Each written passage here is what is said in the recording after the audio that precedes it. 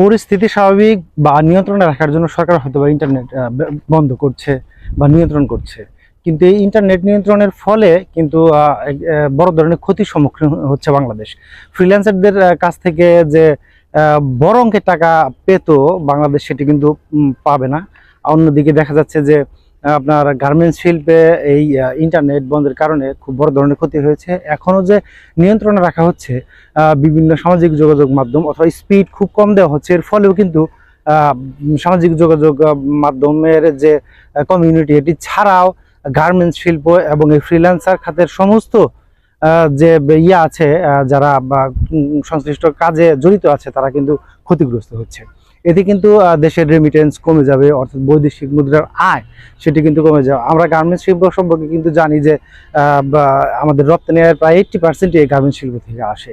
তো এই আমরা যদি অর্ডার না পাই বা আমাদের অর্ডারগুলো যদি ক্যান্সেল হয়ে যায় গার্মেন্টস শিল্পের, তাহলে কিন্তু দেশের নাজুক পরিস্থিতি সৃষ্টি হতে পারে। অন্যদিকে শুধুমাত্র যারা আছে, অর্থাৎ এলো প্রবাসীরা যারা আছে, তারাও যদি ঠিক মতো তাদের বেতন ভাতা দিয়ে বাংলাদেশে না পাঠায়, অর্থাৎ তাদের বেতন যদি রেমিটেন্স হিসেবে ব্যাংকের মাধ্যমে না আসে, তাহলে কিন্তু সরকার একটু অর্থ সংকটে পড়বে। অর্থাৎ প্রথমত রাজনৈতিকভাবে সরকার ঝামেলায় পড়ছে, রাজনৈতিক বলি আর কোটা আন্দোলন বলি, এটির মাধ্যমে কিন্তু ঝামেলায় পড়ছে। অন্যদিকে অর্থনৈতিকভাবেও কিন্তু একটি বিপদ যেটা আনছে শুধুমাত্র ইন্টারনেট নিয়ন্ত্রণের কারণে। তো ইন্টারনেট নিয়ন্ত্রণের কারণে আর্থিকভাবে ক্ষতিগ্রস্ত হওয়া ছাড়াও মানুষ কিন্তু মানসিকভাবেও বিপর্যস্ত হয়ে পড়ছে।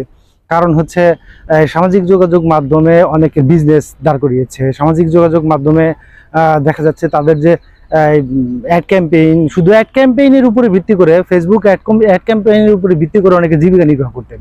তাদের ব্যবসা কিন্তু বন্ধ হয়ে গেছে। যাদের ফ্যান ফলোয়ার অনেক বেশি, তারা কিন্তু সেল পাচ্ছে না। অন্যদিকে ভিপিএন ইউজ করে যে কাজ করা যায়, সেটি দেখা যাচ্ছে যে কাজটি করতে আপনার 10 মিনিট লাগতো, সেটি করতে প্রায় 1 থেকে 1.5 ঘন্টা সময় লেগে যাচ্ছে। অর্থাৎ এই যে সময় নষ্ট, এই সময় নষ্ট হচ্ছে, কাজের গতি আগাচ্ছে না বা কাজের যে স্মুথনেস সেটি কিন্তু আসছে না। তো আমি যেটি মনে করি সেটি হচ্ছে সরকারের যে আইন শৃঙ্খলা রক্ষাকারী বাহিনী বা অন্যান্য বিভিন্ন বাহিনী আছে, তাদের যে কিন্তু ইতিমধ্যে সরকার করে ফেলছে, দেশের যে পরিস্থিতি সেটি নিয়ন্ত্রণ করে ফেলছে। এখন ইন্টারনেট সেবাটা আসলে উন্মুক্ত করে দেওয়া উচিত। তো দেখা যাক এই ক্ষতি আর কতদিন চলতে থাকে।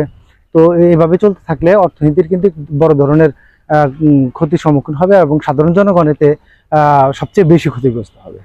ধন্যবাদ।